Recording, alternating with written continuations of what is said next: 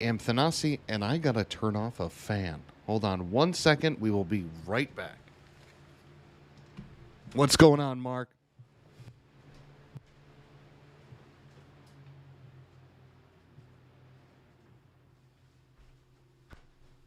All right. Getting hotter than a. No, I'm not gonna say it. All those like random isms that you can have. All right, everybody, we have a short news show today. Not a lot of car news in this space. Hopefully, tomorrow that changes. A lot of things are happening tonight, including Tesla's Plaid event is happening today. That is where the brand plans to ship or start shipping the Plaid model. And we'll go over what that looks like in just a second. So I have one more piece of image to update. There we go. All right. Beautiful. Okay. All right, guys. So we're going to get into it. The first image that you're looking at right here is a teaser for the Honda Civic hatchback. Now, a couple things to notice here just by looking at this image. All right. We obviously don't have a lot to work with here, right? This is clearly a heavily shadowed image. All that we can tell mainly is that this 100% is the Civic hatchback. What we do know, however, is the fact that the car, we know what the sedan looks like. So we already have an understanding of what we can expect the front end and the rear end of the Civic to look like. It seems as though this one will look a bit more mainstream. The current generation Civic hatchback is a bit jarring and definitely stood out when it launched, especially compared to previous generations of Civic. And we've already seen how the new generation of Civic tones that down a substantial amount, and that definitely will hold true for the hatchback version as well. Honda did say that they're going to be unveiling this car on June 23rd. So we have a long way to go before we can see this thing in person. That said, the hatchback should be offered with the same array of engines that the sedan has. So that means there will be a naturally aspirated 2-liter 4-cylinder engine that makes 158 horsepower, 138 pound-feet of torque, and the 1.5-liter turbocharged 4-cylinder engine that makes 180 horsepower and 177 pound-feet of torque. Both of these engines will come standard with the CVT, but Honda has confirmed that the hatch will be available with a 6-speed manual transmission. What they did not say was if you could get that 6-speed manual transmission on any model but the Type R, because let's be honest, that was a very easy way for Honda to just talk about the Type R, right? They could just say like, yeah, we're going to offer the Civic hatchback with a standard transmission, and because you're Type R is a hatchback, and it is a standard transmission. And here is a video, or excuse me, another image of a rendering based on what we saw here in the teaser. So you can get a rough idea for what the Civic hatch is supposed to look like. This will definitely be really close to reality. So I'll let you guys take a look at that as I sneeze. There we go. Yeah, the pollen has absolutely destroyed me this year. I don't know if it's the same for everybody else. Okay, so the next bit of news that we have to get into is what GM is doing to sort of skirt this chip shortage. So as we know, the chip shortage has affected a lot of vehicles. Ford has been producing pickup trucks and just leaving them in parking lots, in big parking lots, until they can get chips, right? Because the chip shortage means that either you ship cars without features or you don't ship them at all. Ford chose to not ship them at all. GM is doing things a little bit different. General Motors has actually revealed that it is going to produce a number of their 2021 pickup truck and SUV models without the start-stop function due to the chip shortage. The brand confirmed this earlier this week when they said that the start-stop feature would be missing from cars like the Tahoe, the Suburban, the Yukon, the Escalade, the Silverado, the Sierra, and all of those cars. And those, coincidentally, are all vehicles that leverage, shout out to James, welcome, my man, those are vehicles that are all built on the same platform, right? The Yukon, Escalade, and Tahoe are all the same car. The Silverado and Sierra are all the same car. But GM is going to be shipping these without start-stop functionality. GM says the move will impact vehicles that are built after June 7 with the V8 and the 10-speed. So if you're getting a diesel Silverado, if you're getting a diesel Yukon, diesel Escalade, diesel whatever, you don't have to worry about this. But if you're hoping to get a V8 with the 10-speed transmission, you're not going to have start-stop, which if I'm going to be honest, who gives a shit? I don't know about you guys. I don't use start-stop anyway. I turn that feature off immediately.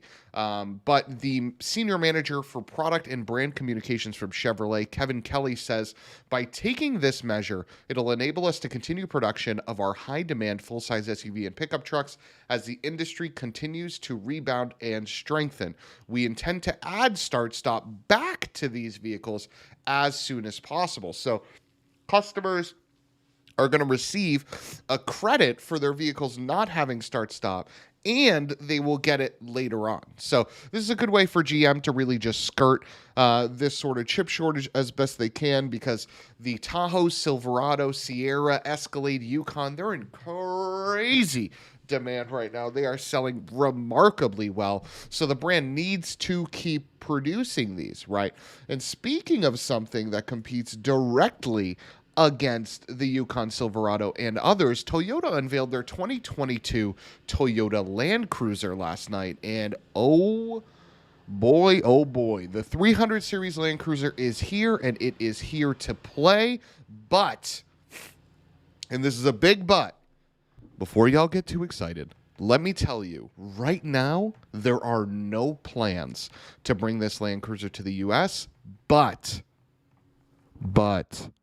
we will likely have a Lexus LX version of this vehicle, okay? And the Lexus LX is the Lexus version of the Toyota Land Cruiser. So with that in mind, let's get into the details about this car so that you guys have all the information you need to know everything there is to know about the Toyota Land Cruiser. Toyota says that they wanted to keep the Land Cruiser body on frame because it's the foundation that protects the Land Cruiser essence. So because of that, it's adopted the new GAF platform for the vehicle, which is based on the TNGA. So it is slightly revised from Toyota's main architecture. This means, though, that the lighter chassis that the Land Cruiser is in fact both lighter and more rigid. The Land Cruiser in and of itself is 441 pounds lighter than its outgoing model. That is substantial. They cut over 400 pounds of weight off. That is nuts. They're also made a lot of improvements to the suspension, allowing for more wheel articulation, and a multi-terrain monitor gives you a better view of everything around you. Toyota also has a multi-terrain select, which allows you to optimize the traction control for different settings, and this new feature that they're calling electronic kinetic dynamic suspension system, and I'll get into what that is in just a second. The total length, width, and wheelbase are all the same as the previous model. So this car has overall the exact same dimensions as the Land Cruiser that it replaces. The biggest change to the Toyota Land Cruiser overall are the engines that power it. So the Toyota Land Cruiser now will have two twin-turbo V6 engines. The first, and the one that's going to be the most likely to appear in the United States in the Lexus model, is a 3.5-liter V6. That V6 is gas twin turbo, and it makes 409 horsepower and 479 pound-feet of torque. Now, for those of you that don't give a damn about the Land Cruiser but are pickup truck people, pay attention to that, okay? That's a 3.5-liter twin-turbo V6 that makes 409 horsepower and 479 pound-feet of torque. The reason why I'm asking you to pay attention to that is because the Toyota Tundra is coming. And one of the engines that the Toyota Tundra will probably utilize, okay, is that 3.5-liter engine. Now, if we quickly head over to Ford.com and compare that to the top spec F-150, all right, it is pretty close. Let me do this here really quick so that I can get this comparison for you guys because I think this is pretty important. So Ford also has a 3.5-liter EcoBoost, right, which is their 3.5-liter twin turbo.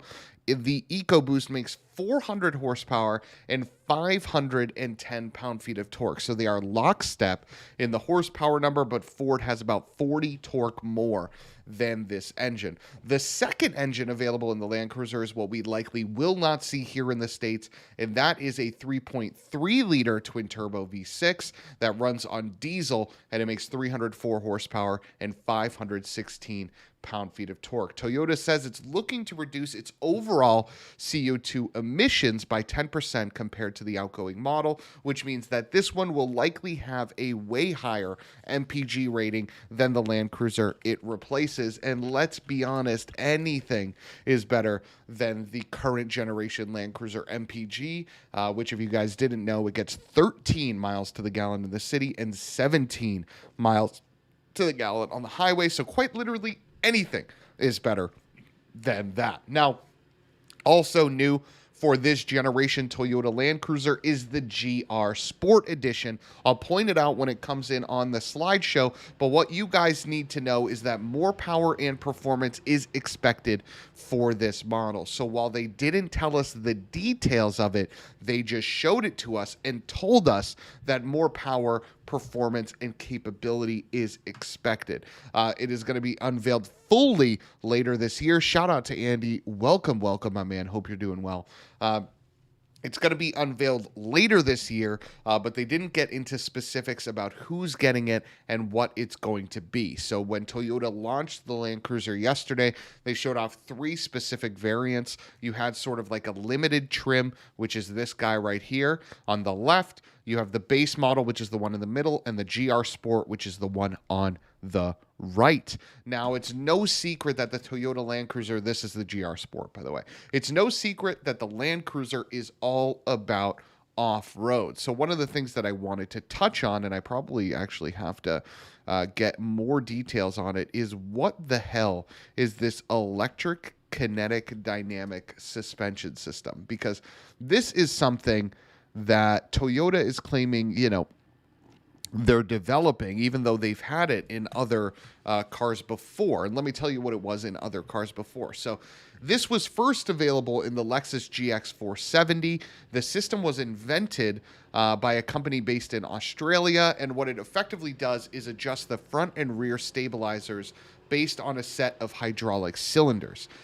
So there's a lot of piping and a lot of other things, but effectively what it does is not only increase the car's off-road potential, but also increase its on-road comfort. Toyota says it's a world first that improves road holding. So this system, they hope, will not only make this car immensely capable off-road, but also make it comfortable on-road. So that is great to see. It'll be interesting to see how that technology has evolved from things like the GX 470 to this car. Toyota calls the new 300 series Land Cruiser, quote, a vehicle that promises to take you anywhere and everywhere and come back alive and safe.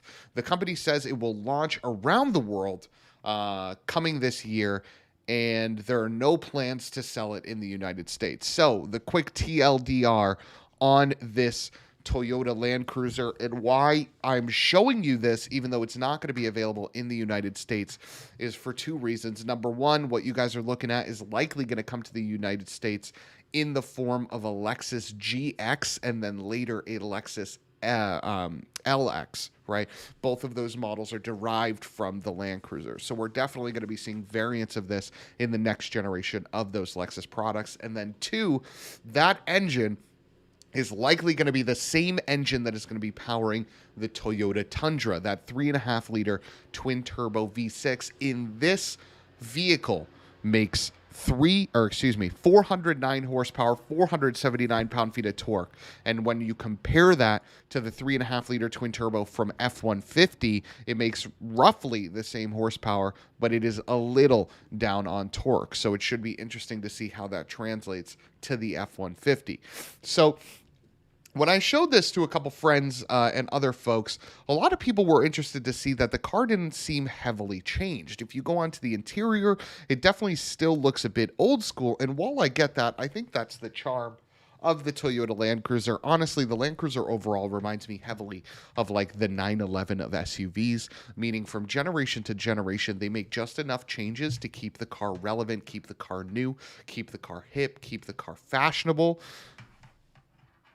Shout out to Matt with the 200 stars. My man, welcome to the stream. Good morning. Good morning. Good morning. I think it's interesting, and I'm curious if you guys have the same opinion, right? So Toyota generation for the Land Cruiser did not make big shifts. If we go back to the 90s till now, right, like even those little bit of Land Cruisers, the bodies look overall the same. They're naturally aspirated V8s. The interior got updated. And it seems like they're doing a similar thing here, right? Toyota knows that they're one of the better off-road luxurious SUV things, right? So when they come out with a new one, they change just enough in order to maintain its sort of like status and modernness, but they also provide some class-leading things. Like they managed to drop 400 pounds off this thing. That's incredible. That V6 engine, twin turbo, thing's probably going to be pretty awesome. The interior, yes, it has buttons, but it's got Apple CarPlay, Android Auto, and it has buttons. That's a good news. So, I don't know. I'm overall super excited for this and very excited to see what Lexus models spawn from this. But with that, let's just do a quick update and reset so that you guys have all the automotive news you need to go about your day with as much success as possible. I'm feeling super under the weather, and I'm unsure why. So that's why today's stream is a little bit shorter, but I wanted to make sure you guys got all the car news that you had to maintain relevancy and so that you guys are updated with everything. So number one, Honda Civic hatchback. The full debut is coming June 23rd, but we got a teaser image that other folks were able to edit and give us this. This gives us a huge inclination as to what the Civic hatchback will look like and offers some potential insight into what the Type R will look like, because the Type R is based on the Civic hatch. Shout out to Tim Peters for joining. Welcome, welcome. You came in perfect timing for the review today. So take a good look at this. You're going to see tons of these on the U.S. roads. This Civic hatch obviously will also be the basis to the Civic Type R. It's no secret that Honda with this generation Civic is going for a more muted styling. This car is less offensive. This car is more generic. So it'll be interesting to see what it looks like in the flesh. And that car is coming in 2 weeks on June 23rd. Now, the next bit of news that we had, Matt says, I don't like it. I'm going to be honest, Matt, I don't either. Shout out to Michael. Welcome, welcome, welcome. I don't like it either, Matt. I like the sedan. I like the new sedan more than the last generation sedan. I think it's actually a big improvement. But I'll hold like full hate for it, if you will, for the launch. So it'll be interesting to see what it looks like when it comes out in a couple weeks. The second bit of news that we talked about is that GM is actually going to be building pickup trucks and SUVs without the start-stop feature. And the reason why they're doing this is because of the chip shortage. GM said, hey, look, we got two options. Either we hold on to these cars, either we hold on to these trucks, or we ship them and they just don't have start-stop. And that's what the brand is deciding to do. So Silverados, Sierras, Yukons, Tahoes, Suburbans, Escalades, Escalade ESVs, Yukon XLs. If it's got the V8 and the 10-speed and it's built after June 7, it will not have start-stop. Now, you'll be receiving a $50 credit because apparently start-stop is only worth $50. And when it is available, you will be able to put it back into your car. But for now, GM chose to continue to ship vehicles instead of leaving them parked in a parking lot like Ford is doing. All right, so moving on to the last bit of news today, we talked about the Toyota Land Cruiser. Now, PSA on the Toyota Land Cruiser, it will not be available in the U.S. As of today, there are no plans to release the Toyota Land Cruiser in the United States, but the reason why I am showing you guys this vehicle, couple reasons. One, we don't just have U.S. people watching this show, but two, if you're in the United States, this vehicle is very relevant to a lot of vehicles that will be offered here in the United States. Three in particular. Number one, the Lexus GX. Number two, the Lexus LX, both of which are based on the Land Cruiser chassis. But then number three, the Toyota Tundra. So what is new about the Land Cruiser and why is it relevant? Number one, it leverages new architecture that allowed Toyota to shave 441 pounds off of the previous generation Land Cruiser, and that is all while maintaining a similar length, width, wheelbase, departure, and approach angle to the 200 series model. Powering the Land Cruiser, and this is important, Joe says, could you give insight on a 4Runner redesign style too? Could give insight. Yeah, 100%. Good call out, Joe. Very good call out. It could give insight on styling. I don't know if it'll give insight on motor, but definitely styling. I'm with you there. Good call out, Joe. Definitely. The most important thing for me in this whole Land Cruiser, though, is the engine. Powering this is a 3.5-liter V6 twin turbo that runs on gas and produces 409 horsepower and 479 pound-feet of torque. For those of you in the EU, we're talking about 415 PS and 650 Newton meters of torque. So, good numbers, right? Because that's going to be the engine that's going to be in the Lexus LX. That's going to be the engine that's going to be in the Lexus GX. But that's also going to be the engine that's going to be available in the Tundra. So those are good numbers, right? Now, Toyota also announced that for the Tundra specifically, there's going to be another powertrain available that will, quote, blow your mind. And I'm excited to see what that is. It's probably a plug-in hybrid of some sort. But this engine is pretty competitive with the F-150 right now, which is really the top spec in the brand, like in the pickup space overall. The styling is also a drastic departure from previous generation Land Cruisers while maintaining the fact that this is a Land Cruiser, right? So if it's parked next to an older Land Cruiser, it definitely looks newer, but you can also tell that it is, in fact, a Land Cruiser. I don't know if you guys can hear the mower outside. Sick. The Land Cruiser has some old school features like a gauge cluster with actual physical dials and buttons, which is crazy. Buttons and physical dials. Wow. So no pricing has been unveiled on this thing, but just know that the reason why I'm showing you this is because it has a lot of impact on a lot of vehicles that will be available here in the United States. I think it looks terrific. I think the interior is fantastic. Michael says, how much horsepower and torque in the mower? Mike, what if I told you that actually isn't a mower? That's my Civic just driving around outside. No, I'm kidding. Enough. I think it's the town. I live like right next to a town park, so they like mow it every so often. So it's one of the mowers. This is going to be a little tangent. We can all blame Michael for this. But it's one of those mowers. Have you guys seen this? I'm going to pull up a photo of it so you guys, but I'll describe it as I'm talking about it. Maybe that's where this show devolves into, talking about landscaping equipment. But have you guys seen the landscaping mowers with like a little like trailer thing that the person steps on? You know what I'm talking about? Like they're stepping on like two wheels and they're following the big mower. Do you guys know what I'm talking about? Let me pull up a photo. I don't even know how the hell I'm going to search for this. Mower with what the hell? How would you even search for that with ride-on trailer wheels? I don't even like. Super efficient design, says Michael. Hell yeah, those are sick. Called piggybacks. Is that what it is, Joe? Let's see. Piggyback mower. Ooh, what the frick is this thing? Okay, I'm sorry, guys. I'll just share my screen. I don't know why I didn't do that anyway from the start. Hold on.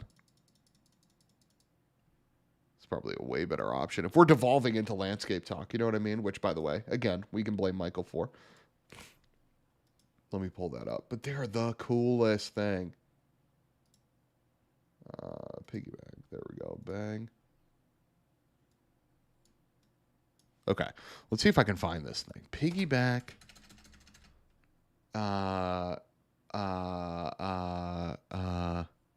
Lawn mower. No, this isn't it. What is the name, guys? Love landscape talk, Michael. You got to help me out, man. What is the name of that thing? Like, what? You guys know what I'm talking about. It's got the 2 wheels. It's like a little trailer. Walk behind? But I don't want to walk behind it. Lawn mower that pulls you.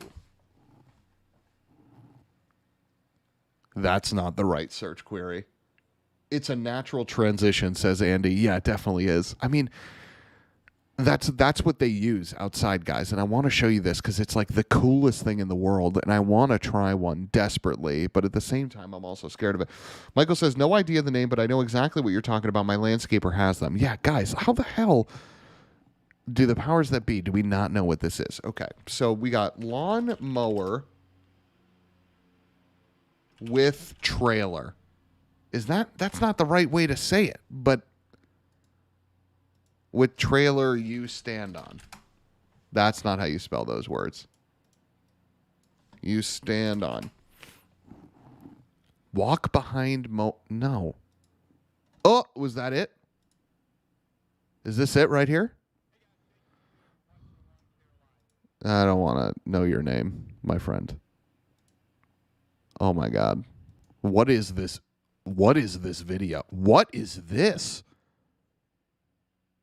Holy hell, this thing looks diesel. What the heck? This thing's a unit. This is not what I'm talking about. This is a yikes. Sorry for the Michael. No need to apologize at all. Joe says recently had to go stroller shopping, and my stroller has one for the kid to ride on as they get older. What? That's interesting. Oh, so it's almost like you can push along, but they can stand up in the bars, Joe? Yeah, I get that. I feel that. Okay. Yeah, good call, Joe. Let's see. Michael, we're going to figure out the name. I'm not ending the stream today till we figure out what the name of that trailer is. And I don't care, guys, if no one's watching and it's just me Googling it, but that's what it's going to be. Andy posts a link. Let's see what this is, Andy. Andy, if it's naked things. There it is. What a hero. Shout out to Andy. Pin in the comment for the day. That's exactly what I was talking about. The Skag Sulky? No shot. That's what it's called. I refuse to believe that right now if I... Oh, here it is. Here's another one. Commercial walk behind. I also want to search Skag Skulky, but I feel like searching that in Google is probably a terrible idea. But we're going to do it anyway. Skag Skulky. That's it. Andy, you did it. Andy, you did it. You are the hero of the stream today. The Skag Skulky is exact. What? Look at this thing. Oh my good. What?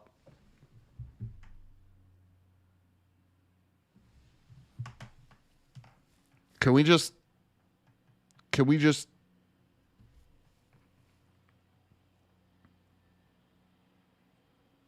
accept that this person, okay, whoever is the person that invented or made this thing, figured standing, too much.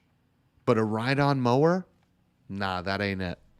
So I'm going to put a chair on my Skulky. That's what I'm going to do. Really? Come on, dude. Yeah, these things are awesome. So the guys, the people in town here use these, and it's really cool to just see them whipping around, like literally whipping around. And apparently, we can buy one. Here it is, the Bad Boy Mower. Jesus. 600cc engine. Yikes. Oh my God, guys. This is a absolute unit. Like actual unit. I mean, I guess it makes sense, right? It's only $107 a month. I can lease a Civic for $40 more, or I can buy a mower. It is what it is. That's crazy. This... Oh, okay, I was going to say it weighs 700 pounds. Holy hell. Up to 6 miles an hour, I feel like that's slow. You're telling me this thing has 600 cc and it can only go 6 miles an hour? Letdown. Big letdown. But it's a bad boy exclusive. Can they say that?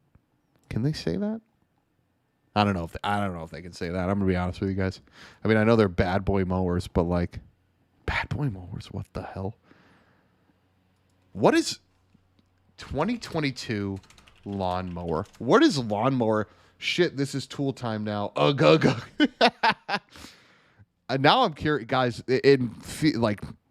Don't feel obligated to stick around. We're talking about lawnmowers now, but like. Now I'm curious how the lawnmower is evolving. Here we go. That's how. This is how. Cub Cadet introduces electric riding mower. There it is. There is your... Well, this is 2019. That's years ago. That's not what I want. I want 2022 new lawnmower. I want brand new. Like, what is the newest technology for lawnmowers? Damn. Hyundai Tucson, first result. That's not what you want to see. That is not what you want to see. The best lawnmowers of any. How to choose a new. Let's see. Best overall Honda. Okay, I'm going to click all of these. All of them. Riding. Zero turn. Ryobi makes lawnmowers now? What? Okay, this thing, sure. Old Faithful. This is what I have as well. Michael says, electric riding mowers have been around for a while. Joe says, back when I worked at FFR, one of the engineers had the fastest production Honda lawnmower. I went to his house on his lunch break just to try it out and mow his lawn. No shot, Joe. You got to drive that thing? Which, by the way, if you guys haven't seen this,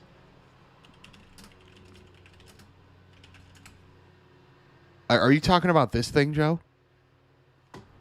Honda made a lawnmower that could do like 100 plus miles an hour. They've created several iterations of it. They even raced it up Goodwood, which we'll just watch it. It's worth it at this point.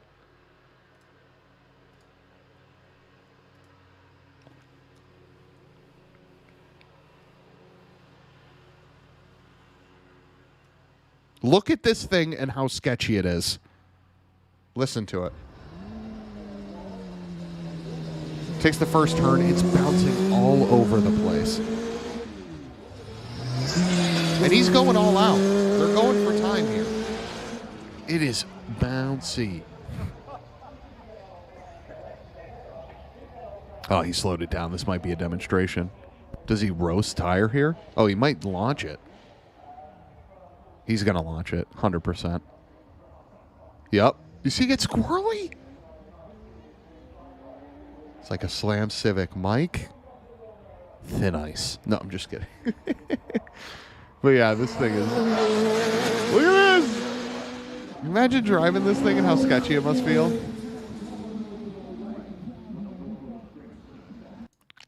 Yeah, yikes. Okay, let's continue here with the lawnmower tech. The Toro Recycler. Good faithful here. Cool.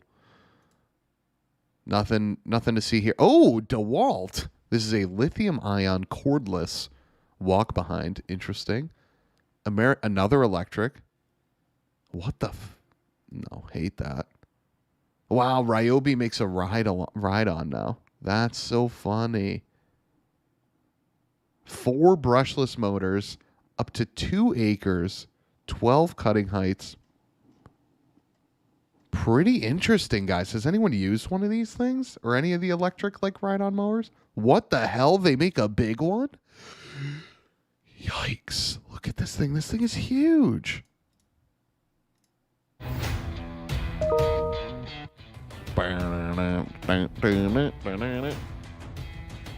I couldn't resist, Mike. Ryobi's taking mowing to Careful. the next level. I'm just kidding. High-performance brushless motors and her most advanced technology. Oh my God, guys, how far we've fallen, right? We were talking about, yesterday we were talking about Rolls-Royce boat tails. Today we're talking about 48-volt brushless zero turns. 5 high-powered brushless motors. 5 motors? Unrelenting torque and optimal cutting performance. covering up to 3.5 acres on a single charge. That's pretty All good, the huh? power without the hassle of belts, pulleys, gas, or fumes. The 54-inch deck. The fumes are the intuitive best part, handling, though, low and key. Premium features like an onboard control panel allow you to mow your yard quietly and comfortably. That's a Simply bonus, choose I from one of guess. 13 cutting heights, select your speed, engage the blades. How loud and is you're it? Are they ready going to to give mow. us a sound? When the job is done, simply plug it in. The Ryobi 54-inch zero-turn electric riding mower. Huh. Surrender nothing but gas. Sold exclusively. That was a at the Home shitty Depot. tagline. Surrender nothing but gas. Please. I just want to hear what it sounds like. But I do like the capability here. 3.5 acres. That is a lot of land. To do that per charge is pretty impressive. I don't know pricing, so I don't know if this is like a lot or a little. I mean, 4,500 just feels like a lot. Joe says, yeah, but where's the brewski holder? Great question, Joe. If this thing doesn't have a cup holder, it's actually useless. Let's see. Low speed cut, low speed drive, both lame. High beams, okay. But where's the cup holder? No shot this thing doesn't have a cup holder, right? 3 blades, nice. There's no shot this thing doesn't have a cup holder, right?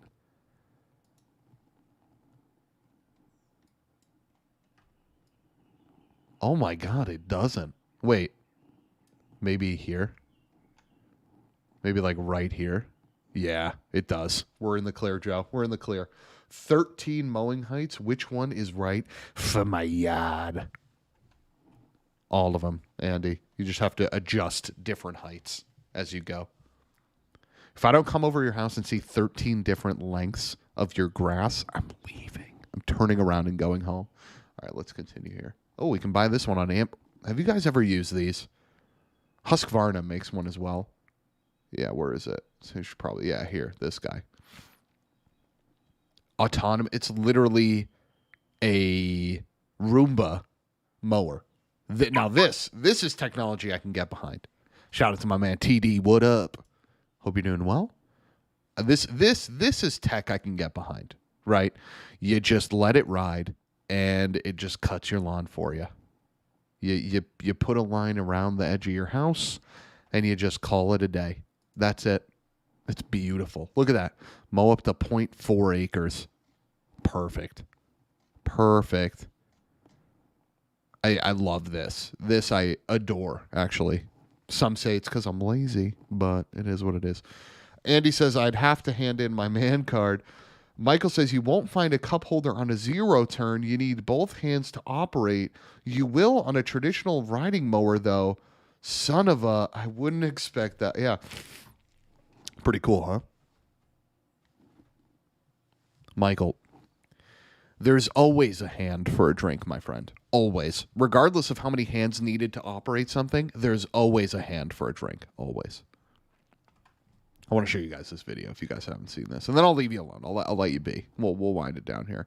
But I love this thing. So you like map out your lawn. Look at this weird ass lawn. Look at all these like things. And you just let it fly. And it just mulches it all. And it does fine. It reads your lawn and then you just let it ride. We have a mutual friend that I have a friend, Jesus, guys. I have a friend, okay, that has one of these, and he loves it. He loves it. Let's see if there's anything we missed quickly. I don't believe so. What I try to do, guys, is scour every news outlet and a lot of press releases. I'm on the mailing list for literally every press release in order to make sure that I can give you guys all the information you need. Oh, my goodness. The X-Coupe. Yikes. This was a concept. Okay. Until that thing moves through some dog poop. Joe, I'm just as useless through dog poop, if I'm being honest. You know what I mean? 2022 new lawnmower. Oh, actually, I just want to look up Honda mowers. I don't know if you guys have we talked snowblowers on this show, guys? Have we ever talked about snowblowers? Because my dream, and I know we're way off topic, okay? But my dream, so up here in the East Coast, it snows, okay, in the Massachusetts area, it snows. My dream, and when I say dream, I legitimately mean it, is for one of these. A tracked Honda mower. And what gets even crazier, guys, is you can get this thing in a frickin' hybrid. In a hybrid drivetrain. Let me find it. Honda hybrid snowblower. You want to talk about something through poop, Joe? This is it right here. Look at this thing. It's a hybrid snowblower, guys. Like, I can't stress enough. And no, I don't have the lawn for this. Like, I don't have a driveway that needs a snowblower that's like this diesel, but neither does this guy. Look at this thing. This is like a one thing. But by the way, he's going through snow that's over 2 feet tall right now. He's just eating it. And then it levels off a bit. Look how high it throws the snow, guys. I'm going to be pissed. Power equipment. Yeah, perfect. Oh, why not give Honda my location? Okay. All right. What are they working with these days? The same since forever. Same since forever. Okay, they have electric start now. That's nice. These seem reasonably priced. $1,300. What the fuck? Well, I guess it's a commercial bar. I'm not into it. Home. Snowblowers. There it is, guys. We did it. Let's see how crazy and pricey these can get. Hate these, guys. I know single stage is great for some people, but I like XS. I like tracks. I like dual stage. Puts my 36-inch errands to shame. That's a big guy, Mike. Joe says, let me toss this snow over my house, literally. Andy says, I'm rocking an old 10-horsepower commercial snapper snowblower. It's dangerous. That sounds terrifying. Oh, my God. Now I'm curious to see where pricing gets out. So $3,200. This is Australian. I don't know what AT is, but I'm going to assume this is $3,200. Gets you 28-inch clearance. Throws snow up to 52 feet. What? Electric start. Cool. Now we step. Guys, I'm going to zoom in here. I'm going to make it useless for myself, but it's worth it. Did you guys see the price on that thing? So we go from $4,000, okay, which gets you this guy. What the hell did I just do again? Okay, sorry. Sorry. This is where we're going to end, though, so it's important. So we step it up to this, which is $3,000 we talked about. Then it goes to $3,200. Then it goes to $3,800. This gets you snow up to 56 feet because, you know, who doesn't need to throw snow 56 feet in the air? Okay. Then we go to this guy, the Mac Daddy. Look at this absolute unit of a freaking snowblower. Can we just take that in for a second? Oh, my eyes are watering just looking at how beautiful this is. Andy says, puts the snow right into the neighbor's driveway, 100%. Here we go. 2-stage, 36-inch hybrid snowblower. We're looking at $9,400. By the way, guys, I'm selling my Civic for $10,000. So this is literally $500 less than a track-ready Civic. Michael says we need to do this more often. Michael, pick the next subject, man. We'll dive into it. I'm about it. So let's see what you get. You get 1, 2, 3, 4, 5 different things. Okay, hybrid technology, better throw, smoother go. That's a slick tagline. Very slick. Choose between auto, semi-auto, or manual modes. For what? For what? Why does this thing have modes? Clears up to 36-inch width, up to 3,000 pounds a minute. Doesn't tell me how high I can throw it, though. Doesn't tell me how high I can throw it. Could I throw this thing 100 feet in the air? Because if I can't, I'm not spending $10,000 on a snowblower. Let's learn more here.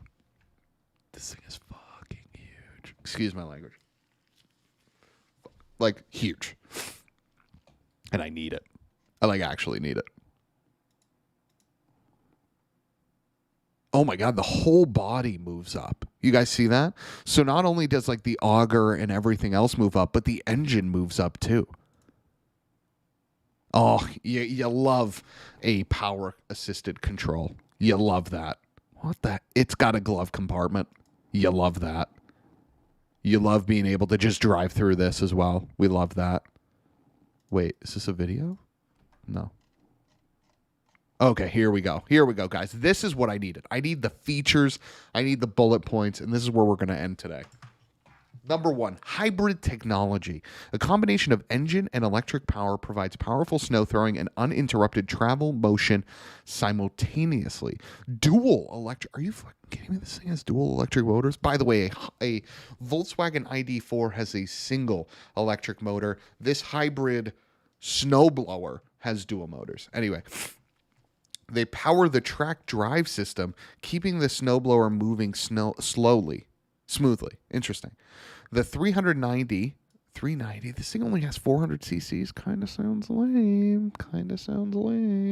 Is an intelligent engine. It operates automatically with much better and simpler, faster controls. It's an ideal choice for inexperienced operators. So Honda's telling you, hey, if you don't know what the hell you're doing, spend $10,000 on a snowblower. Clears up to 3,000 pounds per minute. It clears even the heaviest snow in no time. I believe that. Choose your level of control. Okay, here we go. I need to learn more about this. Offers 3 different modes to give you just the right amount of control and versatility.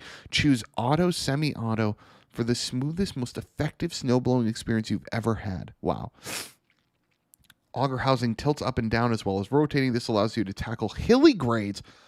Oh, that's why it does that. If you're going up a hill or something, you can move the whole body. That's so cool.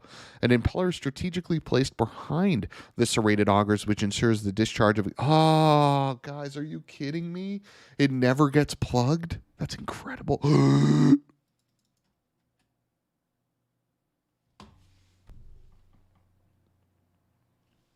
Joe spoiled it in the chat, but I'm going to read this, and I'm going to read it slow, okay?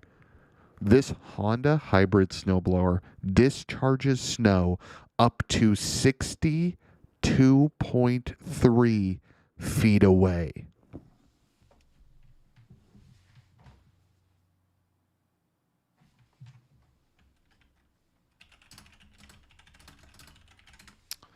We got to do this for science, okay? 5,280 feet in a mile.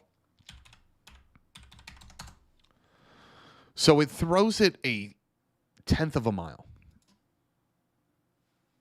It throws snow 1/10 of... Is that right?